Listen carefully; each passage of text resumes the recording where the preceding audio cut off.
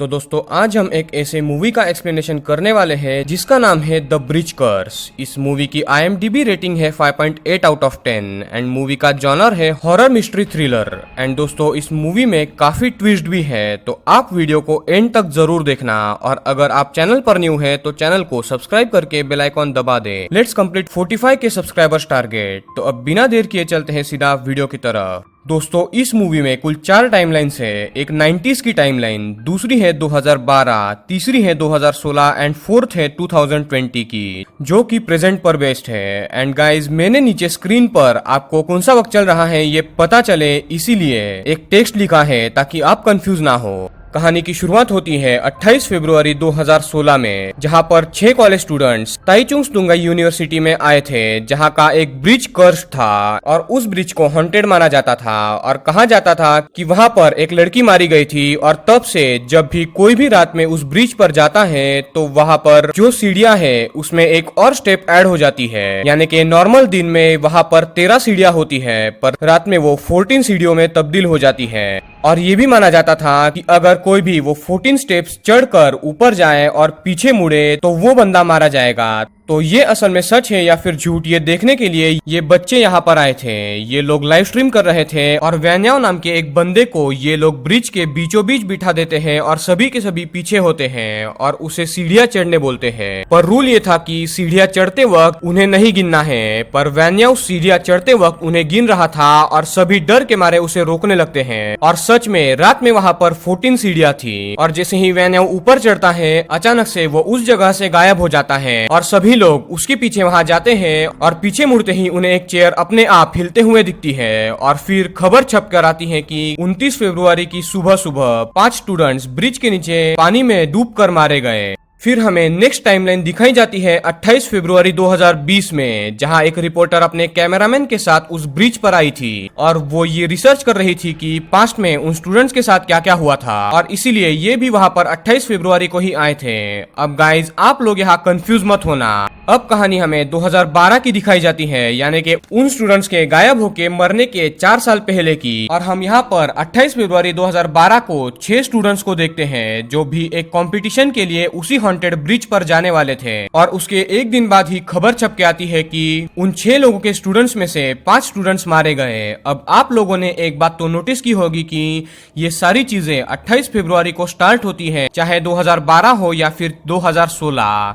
और 29 फरवरी को रात को 12 बजे स्टूडेंट्स मारे जाते हैं, यानी कि लीप ईयर में ही ये सब घटनाएं होती हैं। और एक और बात मैंने नोटिस की वो ये कि 2012 में भी 6 स्टूडेंट्स गए थे पर 5 लोग मारे गए, और 2016 में भी 6 स्टूडेंट्स गए थे पर उनमें से भी 5 ही लोग मारे गए। यानी कि दोनों टाइमलाइंस में से एक एक व्यक्ति जिंदा था। तो इसका क्या मतलब है ये हमें वीडियो के आगे पता चलेगा। फिर हमें 2016 में एक्चुअल में वो 5 स्टूडेंट्स कैसे मरे थे ये दिखाया जाता है। वैन्याओ जो शुरुआत में 14 सीढ़ियां चढ़कर गायब हुआ था, उसे उस ब्रिज पर जो आत्मा थी वो मार देती है और बाकी बचे स्टूडेंट्स सीढ़ियां चढ़कर पीछे मुड़ जाते हैं और वहां से डर के मारे भाग जाते हैं और यूनिवर्सिटी के हॉस्टल में जाते हैं, जहां पर ये लोग 2 ग्रुप में डिवाइड होते हैं। डेसयोन एंड सानू एक साथ थे और दूसरी ओर संग, हसीन एंड यू एक साथ थे जो हॉस्टल के कमरे में बैठे हुए थे। हॉस्टल के कमरे में संग इन दोनों को छोड़कर वॉशरूम में जाता है, जहां उसे किसी की प्रेजेंस महसूस होती है और यहाँ पर कुछ जंप स्केयर्स भी हमें देखने मिलते हैं।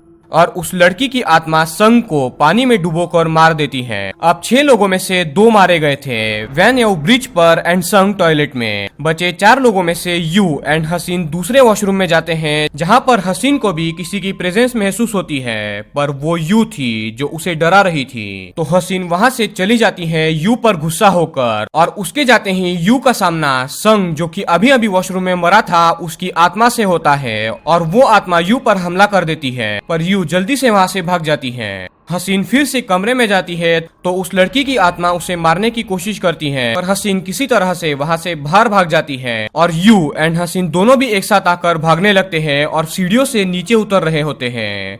पर असल में बात ये थी कि ये चाहे जितनी भी सीढ़ियां उतरे वापस से वो उसी फ्लोर पर आ रहे थे और वो सीढ़ियां पूरे नीचे पाताल तक फैली हुई थी। पर किसी तरह अचानक से वो लोग टेरेस पर पहुंच जाते हैं और यहाँ पर हसीन यू को बोलती है कि चिंता मत करो, मैं तुम्हें बचा लूंगी। पर तभी अचानक से उस लड़की की आत्मा हसीन को टॉप फ्लोर से नीचे गिरा देती है एंड यू जो डर कर बैठी हुई थी उसे वो पानी के टंकी में ले जाकर उसे भी मार देती है। अब बारी थी स्यूएन एंड सानू की, जो असल में वैन्याओ को ढूंढ रहे होते हैं और उसे ढूंढते वक्त वो सिक्योरिटी रूम में जाते हैं ताकि वो ये देख सके कि कहीं कैमरा में वैन्याओ दिख तो नहीं रहा, पर वहां पर उन्हें कोई भी नहीं दिखता। और तब स्यूएन सानू को उस लड़की की कहानी बताता है कि असल में उस लड़की के साथ क्या हुआ था और वो ब्रिज हॉन्टेड कैसे बना।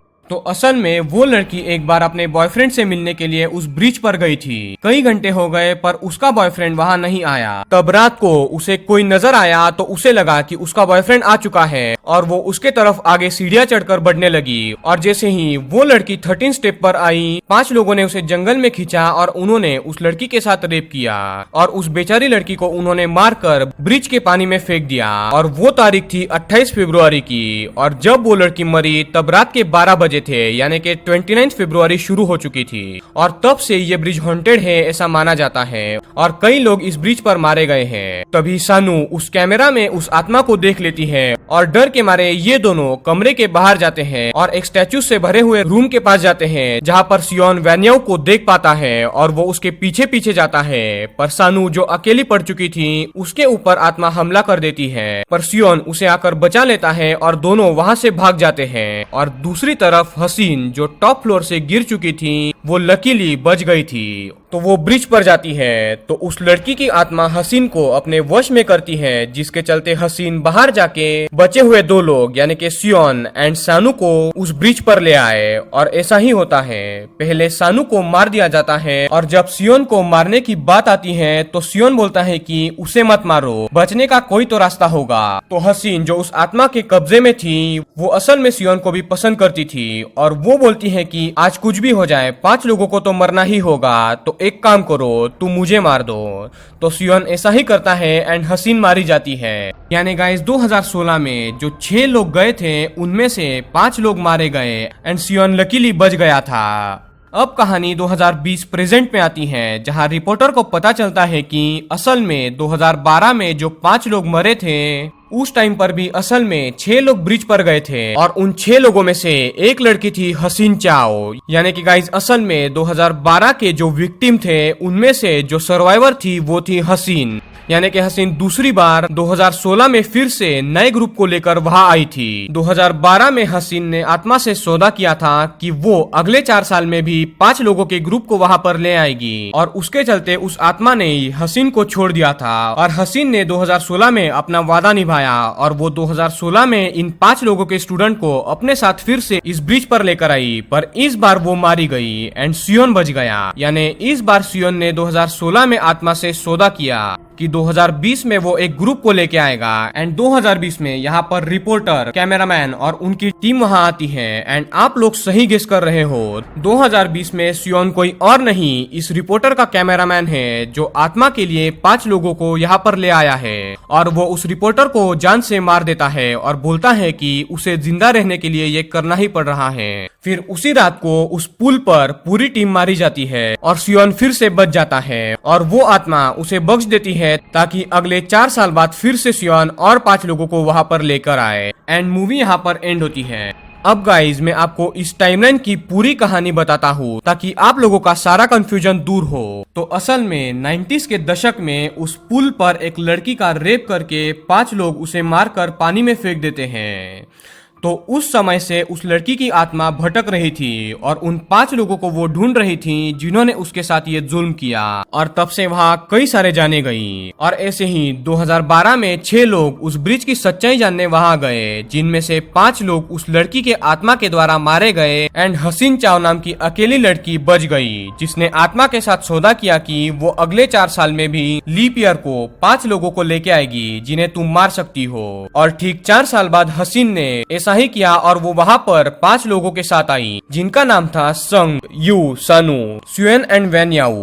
और इस बार हसीन जीने की उम्मीद खो देती है और उस लड़की की आत्मा उन 5 लोगों को मार देती है एंड स्यूएन इस बार बच जाता है। अब स्यूएन को भी 2020 में 5 लोगों को इस आत्मा के पास लेकर आना था और स्यूएन ऐसा ही करता है। वो कैमरामैन बनकर 28 फरवरी की सुबह को उस पुल पर एक रिपोर्टर के साथ आता है और वो रात के शूट के लिए एक टीम भी बुला लेती देता है।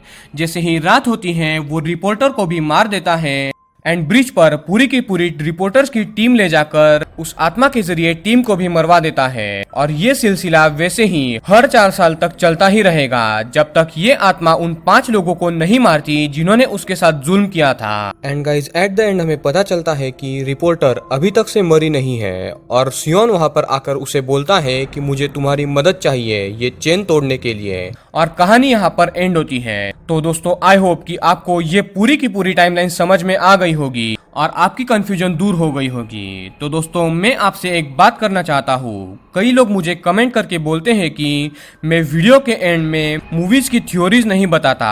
तो गाइज मैं उनको कहना चाहूंगा कि मैं उन थ्योरीज को एट द पॉइंट ही उस सीन के साथ ही एक्सप्लेन कर देता हूँ ताकि आप लोग उस सीन को लेके कंफ्यूज ना हो। पर अगर आपको ऐसा लगता है कि मैं वीडियो के एंड में ही सारी थ्योरीज वगैरह बताऊं और एक्सप्लेन के वक्त सिर्फ स्टोरी नरेट करूं तो मैं वैसा भी कर सकता हूं, पर उसके चलते वीडियो काफी कंफ्यूजन क्रिएट करती है ऐसा मुझे लगता है।